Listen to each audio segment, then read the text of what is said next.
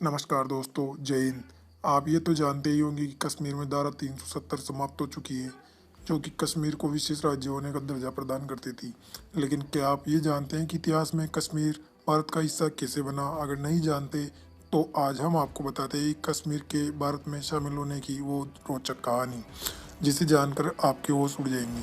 15 अगस्त 1947 को जब हमारा देश आज़ाद हुआ तो दो देश बने, एक भारत और दूसरा पाकिस्तान।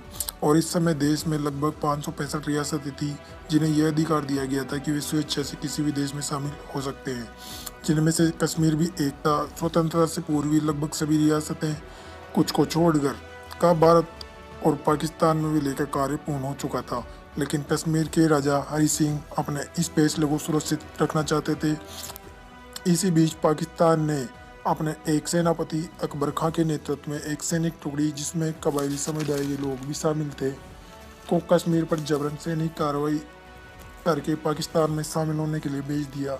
इस संयुक्त सेना का नाम आज़ाद कश्मीर फौज था। 20 अक्टूबर 1947 को यह सेना वजीरिस्तान, जो कि पीओके की राजधानी है, से श्रीनगर के लिए रवाना हुई। 22 अक्टूबर 1947 को यह सेना मुजफ्फराबाद पहुंची, जहां से श्रीनगर की दूरी महज 150 किलोमीटर है। उस समय तक कश्मीर के राजा हरि सिंह को यह सूचना मिल चुकी थी। उस समय हरि सिंह के ब्रिगेडियर राजेंद्र सिंह थे, और यही राजेंद्र सिंह हमारी इस कहानी के मुख्य किरदार है, जिनकी वजह से आज कश्मीर भारत का हिस्सा बना है।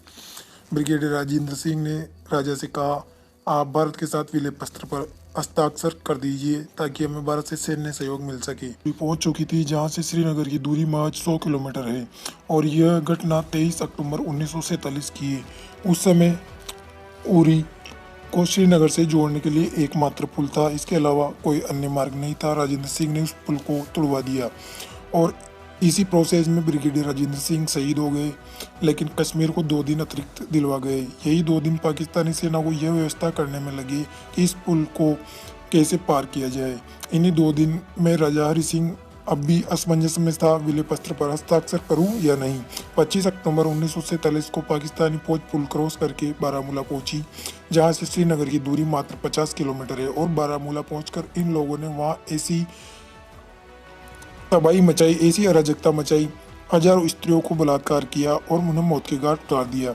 इस घटना के बाद वहां की जनसंख्या लगभग 1/3 बची, और लोग आज भी इस घटना को याद करते हैं तो रो पड़ते हैं। बारामूला में हुई इस त्रासदी की सूचना राजा हरि सिंह को मिल रही थी। अंततः उन्होंने भारत में विलय होने का फैसला किया। 26 अक्टूबर को अचानक सेना श्रीनगर के लिए रवाना हुई, और शाम होते होते इन्होंने श्रीनगर को चारों तरफ से घेर लिया। 26 अक्टूबर को विलय पत्र दिल्ली पहुंचा, और भारत के सुप्रीम कमांडर माउंटबेटन, जो कि उस समय एक ब्रिटिश अधिकारी थे, विलय पत्र पर हस्ताक्षर किया और विलय पूर्ण हुआ। उसी रात को दिल्ली के पालमपुर से भारतीय एयरफोर्स भी श्रीनगर के लिए निकली, और उन दरिंदों से श्रीनगर को खाली करवाया। और अंततः लंबे संघर्ष के बाद युद्ध विराम हुआ। और युद्ध विराम की स्थिति के समय जिस स्थान पर पाकिस्तानी सेना खड़ी थी, उस हिस्से को पीओके के नाम से जाना जाता है, और जिस स्थान पर हिंदुस्तानी सेना खड़ी थी, उसके पहले के हिस्से को कश्मीर के नाम से जाना जाता है।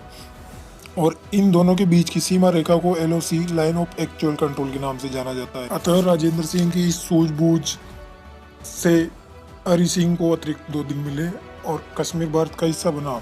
और विलय पत्र के अनुसार पीओके पर भी भारत का ही अधिकार है। तो दोस्तों, ये थी कश्मीर के भारत में शामिल होने की रोचक कहानी अच्छी लगी हो तो दोस्तों हमारे चैनल को सब्सक्राइब करें, वीडियो अच्छी लगी हो तो लाइक जरूर करें। धन्यवाद। मिलते हैं अगले इसी वीडियो में और रोचक कहानी के साथ।